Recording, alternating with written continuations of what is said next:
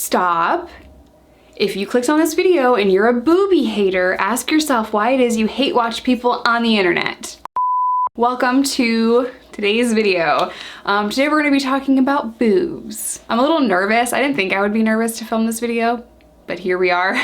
I got a boob job and I'm going to be sharing my experience with you guys. For me, when I'm filming this video, I've been recovered for months now, and you know, I just wanted to wait to adjust to my boobs before I shared that with you guys, but I still did film some things and we're gonna get to all of that. But let's just start with my number one bullet point, which is why. And I'm gonna try to timestamp everything for you guys as well. Remind me if I don't, or someone else will do it, right? Y'all help a girl out if I forget to timestamp. But why? Why would I wanna get my boobs done?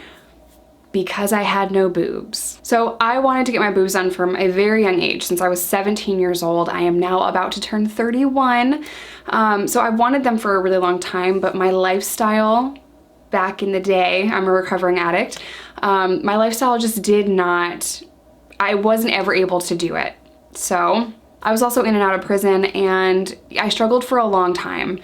So I had my daughter when I was in prison. This is gonna be like a really rambly, this is gonna be a little rambly, but I had my daughter in prison, and after she was born, milk came in and they made me wrap ACE bandages around my chest. And I don't know if it was a combination of that as well as having A's and then D's, and then wrapping the D's that were engorged in milk with ACE bandages tight as hell for like a month to dry up the milk. That's what the prison made me do. It was very inhumane and also not okay. My boobs didn't look the same, and I didn't like them even more than I already previously didn't like them.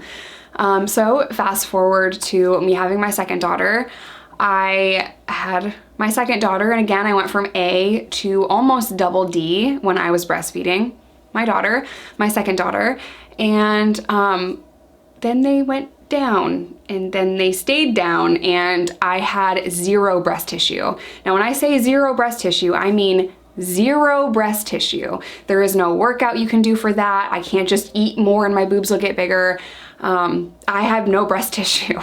So that was something that I became increasingly more bothered by because I had no breast tissue. They also kind of like, sorry if this is TMI, but they kind of shriveled up a little bit, and they just, I didn't like them. They didn't like me. We didn't have a good relationship. So I was extremely flat-chested. I have always been flat-chested, and it's something that bothered me. Now, just to get this out of the way, I'm not changing my smile. And I know people on the internet get really, I don't know, bothered that I'm not gonna change my teeth, but I asked myself a really hard question. Are you insecure about your teeth and your boobs because other people told you that you should be? And when I thought about it, no one had ever said anything about my chest, but everyone said everything about my teeth, right? And I thought about it and I'm like, I'm not insecure about my teeth because I don't like my teeth. I think it's kind of cool. I think it makes me me, but I'm insecure about my chest personally. For me personally, I wanted to do it because I did not like this about my body. This has nothing to do with anyone else. I'm not saying that if you have no breast tissue, go get a boob job. This is just my personal journey, and I'm gonna be really honest with you guys throughout this video.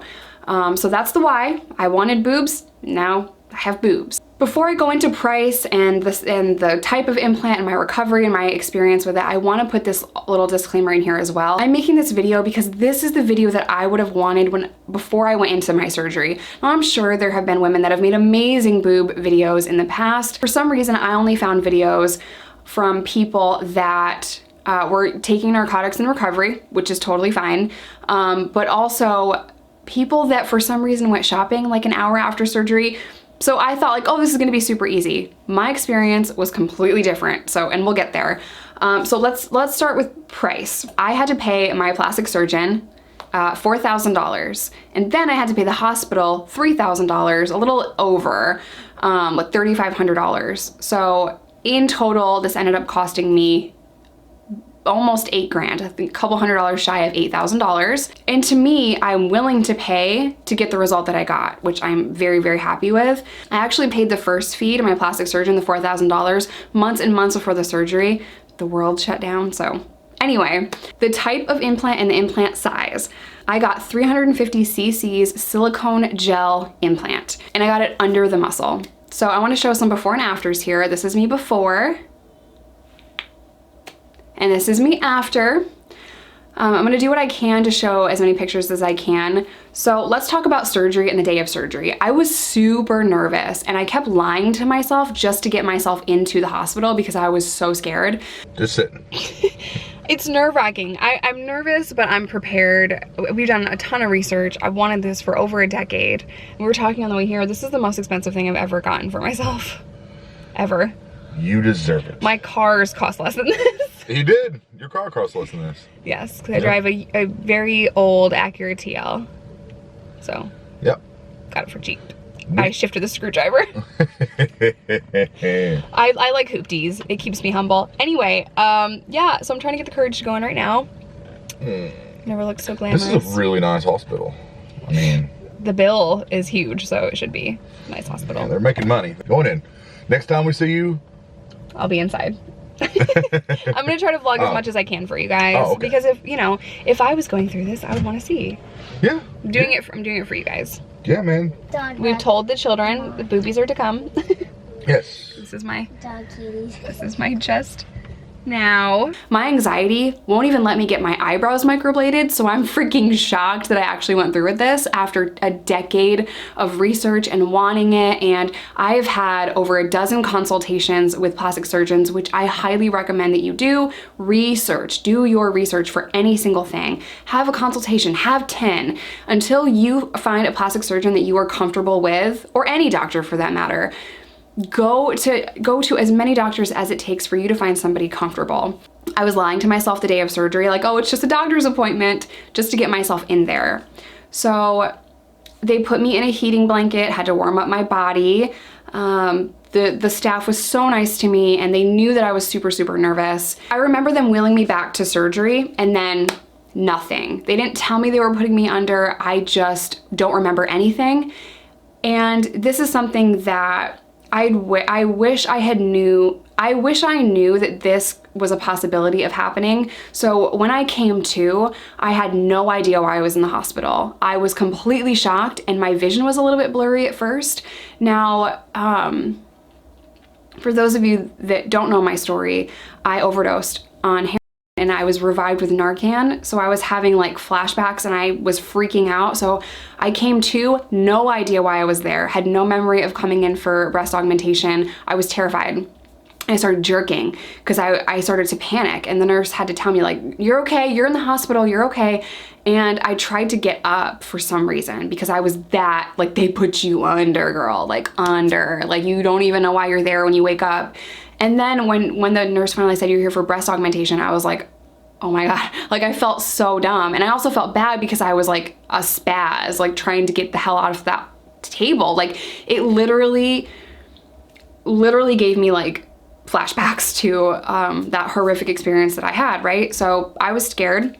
And then I was like, oh, okay, boobs, oh my God, I did it. Like it literally, I went to sleep, I woke up, freaked out a little bit for about a minute, and then I'm done. That's it. Like that part of it was easy. And that's what I heard in a lot of the vlogs on YouTube that I watched. Oh, you just go to sleep and you wake up and you have boobs and it feels heavy. It feels like there's an elephant on your chest. For me personally, my chest didn't feel heavy. I didn't feel anything on my chest at first.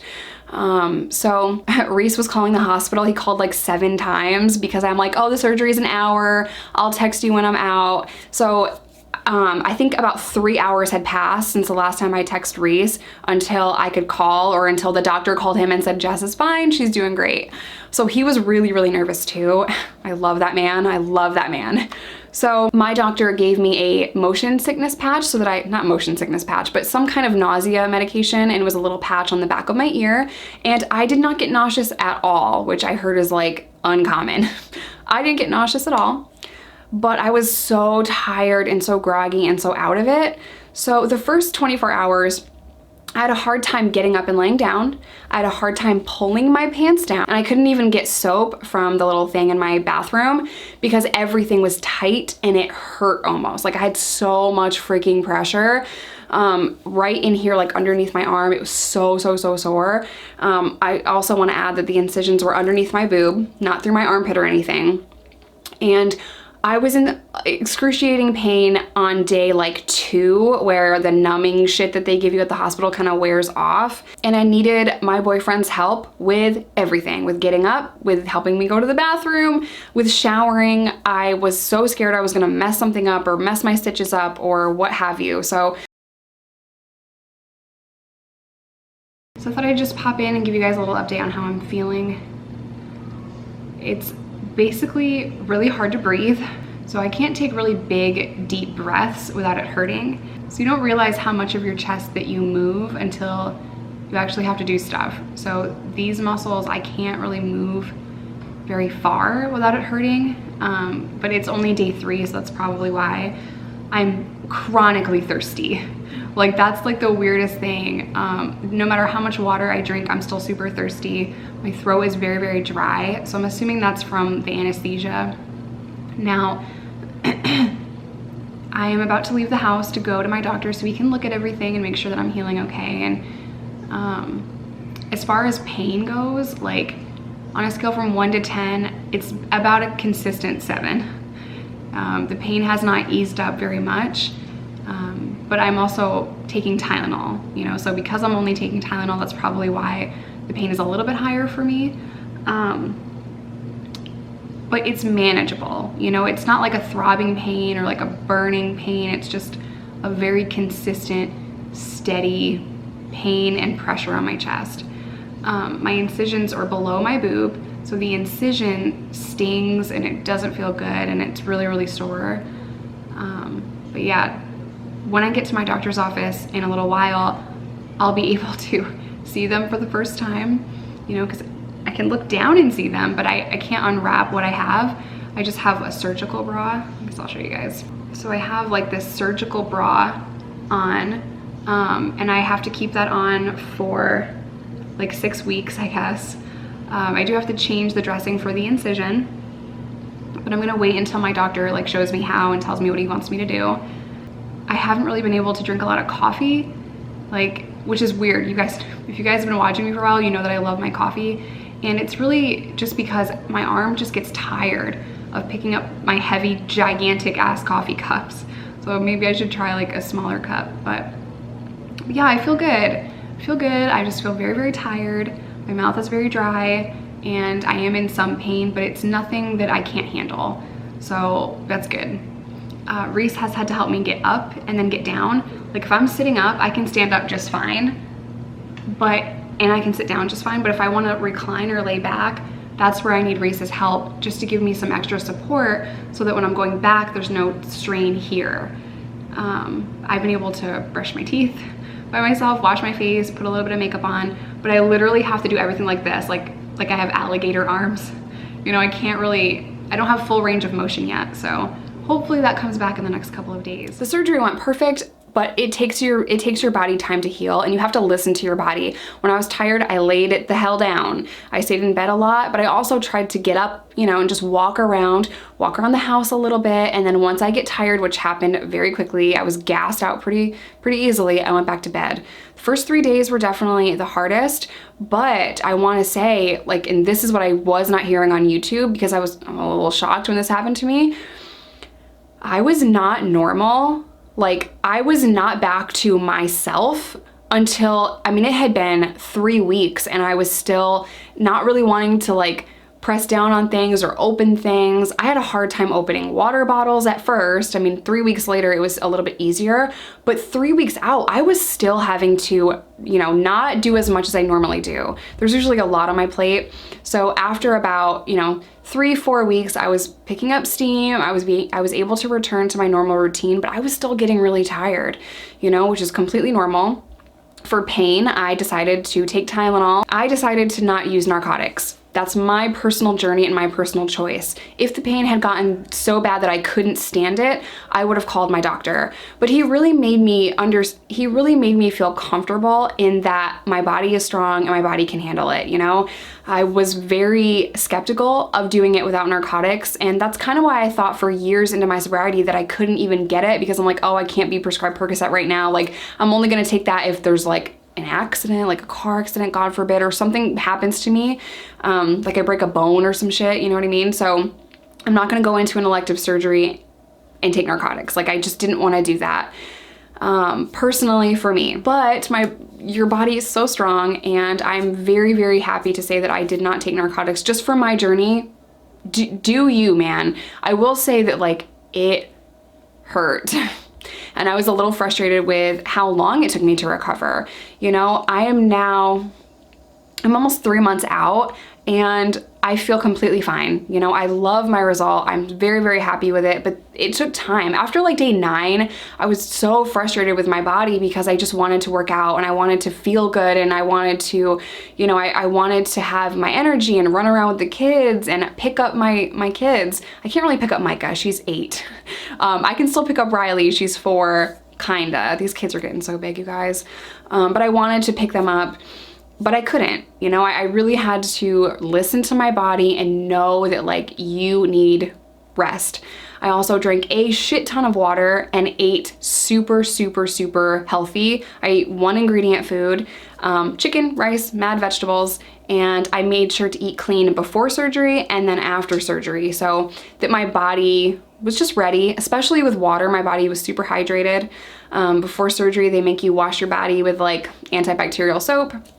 So that's that process. I think the hardest thing for me was mentally leading up to the surgery. I was so scared, you know, and I didn't know if I was making the right choice. I'm so glad I had the courage to go through with it, because I love my result. And I know this might seem like a shock to you guys, but this really has been 10 years in the making for me. I've wanted to do this, like I said, for over a decade, easy. I'm also very glad that just for me personally, that I waited until I was 30. What's interesting is I have more confidence now at 30 than I ever did when I was 20, and now next month I turned 31, and I am just so blessed, and I'm so grateful that I was able to change something that I didn't like about my body. Quick little recap: if you are thinking about having a boob job, do your research, visit as many people as you possibly can, you know, have the consultations, ask every question, research your ass off. There's pros and cons to every single thing. For me personally, the pros outweighed the cons.